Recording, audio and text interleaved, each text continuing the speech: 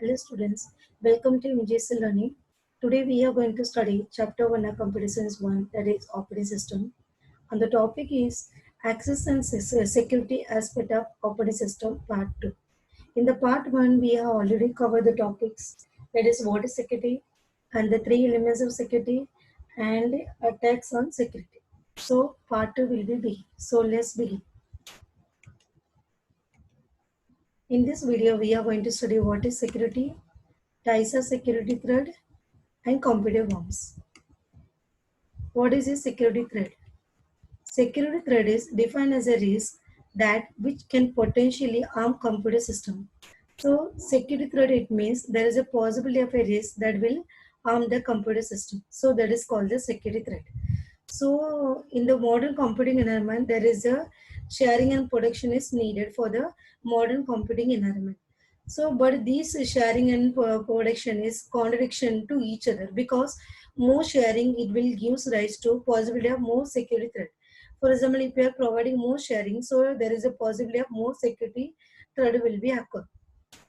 So in the early days, the personal computer was designed for individuals. So that is the reason the Microsoft disk operating system so was not very strong for the security. So hence for personal computer in the early days, the only security was what they are doing, just a lock room physically where personal computer floppy disk were kept. Today the number of PCs are networked together to share data and program. So sharing and production is needed for the modern computing environment. So more sharing it will give rise to more possibility of the security threat. So that is called the security threat. So once again, security threat means there is a possibility of the risk it will harm the computer system. That is called the security threat. So there are two major types of threat: active threat and passive threat. Active threat, it means in active threat that tries to alter the system resources or affect its operations. Active attack may modify the data or create a false data. So what is happening in the active thread? So the third person, yeah, unauthorized person is modify the data or information. So the attacker, that is the third party or the unauthorized person, tries to modify the content of the messages. So that is called the active thread. So in the active thread, the information is modified. And in the active thread, there is a dangerous for the integrity as well as the availability. So we are already seen the three elements of security, that is called the integrity, availability, and confidentiality. So in the active thread, there is a dangerous for the integrity as well as the availability. And in the active thread, the system is damaged. So what is happening in the active thread?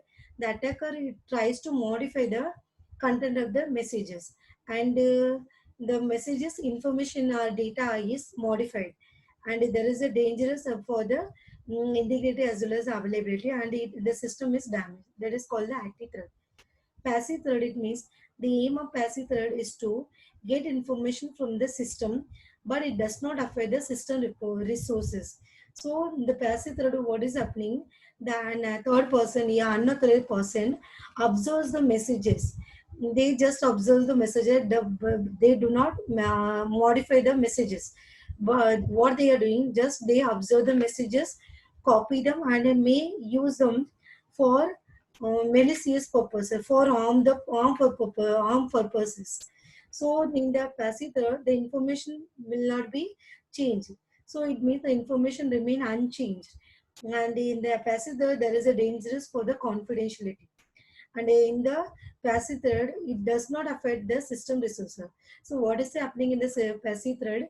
The information is not in the attacker just observes the messages and copy them and may use them for the malicious purposes. And in the passive thread, it does not affect the system resources. But in the active thread, the system is damaged. So that is called active thread and passive thread. Now we will see the types of security thread. So there are 5 types of security thread. The first one is tapping, second one disclosure, third one amendment, next one fabrication, the last one denial. So first one, tapping. Tapping, it means it is a monitoring of telephone and internet-based conversions by a third party. So in the tapping, what is happening? This is the image of the tapping. So in the tapping, the third party access the information without the knowledge of the party E and B. So in the tapping, there are two parties, there E and B.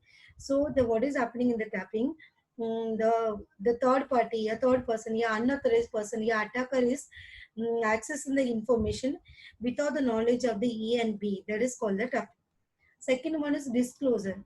Disclosure, it means mm, to disclose information to an unauthorized person who is not authorized to receive the information. That is called the disclosure. So this is the image of the disclosure. So in this image, what is happening? In the disclosure, the source party, there is a source party is willingly to disclose the information to the third party. That is called the disclosure. It means in the tapping, what is happening? Third parties access the information without the knowledge of the A and B. But in the disclosure, what is happening? The third party in disclosure, the source party, for example, the source party A is willingly disclosure to the information to the third party. That is called the disclosure. So disclosure, it means to disclose information to an individual who is not authorized to receive it. So that is called the disclosure. So in the tapping and disclosure, we have already seen passive thread and active thread. Tapping and disclosure is a passive thread, and remaining three are the active threads.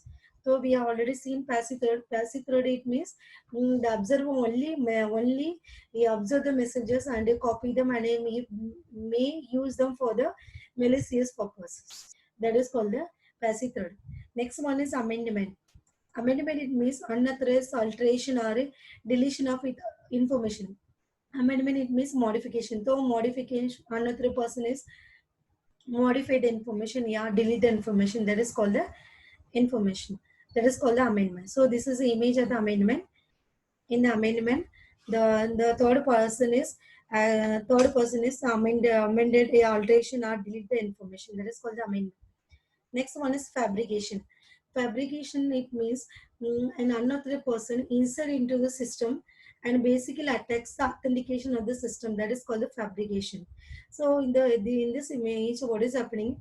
The unauthorized person. This is unauthorized person. What is doing? Another person insert into the system and basically attacks the authentication of the system. That is called the fabrication. The last one is denial. Denial of service, it means, for example, an authorized person, yeah, authorized user access to a computer network. So there is an interrupt caused by a person for with the intention of the harmful content. So that is called the denial of service. So these are the five types of security threat. The first one, tapping and disclosure, is a passive threat, and the remaining three are the active threat. Next one, we will see computer worms. A computer worm is a completely a program by itself. It is written in such a way that it is pressed to other computers over a network. But while doing this, it consumes the network resources to a very large extent, and it can bring the network to end. So what do you mean by computer worms? The computer worm is a complete program by itself. So the main what is it is written for the main intention is that is pressed to other computers over a network. For doing this, what is happening? It consumes the network resources it occupy the network resources, and it will slow the system. That is called it consumes the network resources to a very large extent, and it can bring the network to HAL. Network to HAL, it means it can it can bring the network to suspend. That is called the HAL. So the computer worm is a standalone computer program. What it is doing, it replicates itself in order to spread to other computers. So to spread to other computers, what it is doing, it replicates. Replicate, it means it creates a multiple copies of the worms. That is called the computer worms. So it uses what it is using, the computer worms uses a computer network to spread itself. So it will not affect any program data code. So what the computer worm is doing, it will use a computer network to spread itself. Many worms are designed only to spread and do not attempt to change the systems. So computer worm is a complete program, and it can act independently also. It does not have direct harm to the computer system, but what it is doing, it just goes on spreading onto the network and consumes network resources to a large extent and slows the system. So it consumes a loss of computer resources, and which makes the system very slow. So usually computer worm does not harm any program code. So what it is doing, it will uses a computer network to spread itself. So if the worm is intelligent, so after reaching a node, it checks whether a copy of itself already exists or not. If it does exist, it does not create one or more copy. That is called the intelligent worm. So what is happening in the dumb worm? What is doing in the dumb worm? It just copies itself to all the nodes.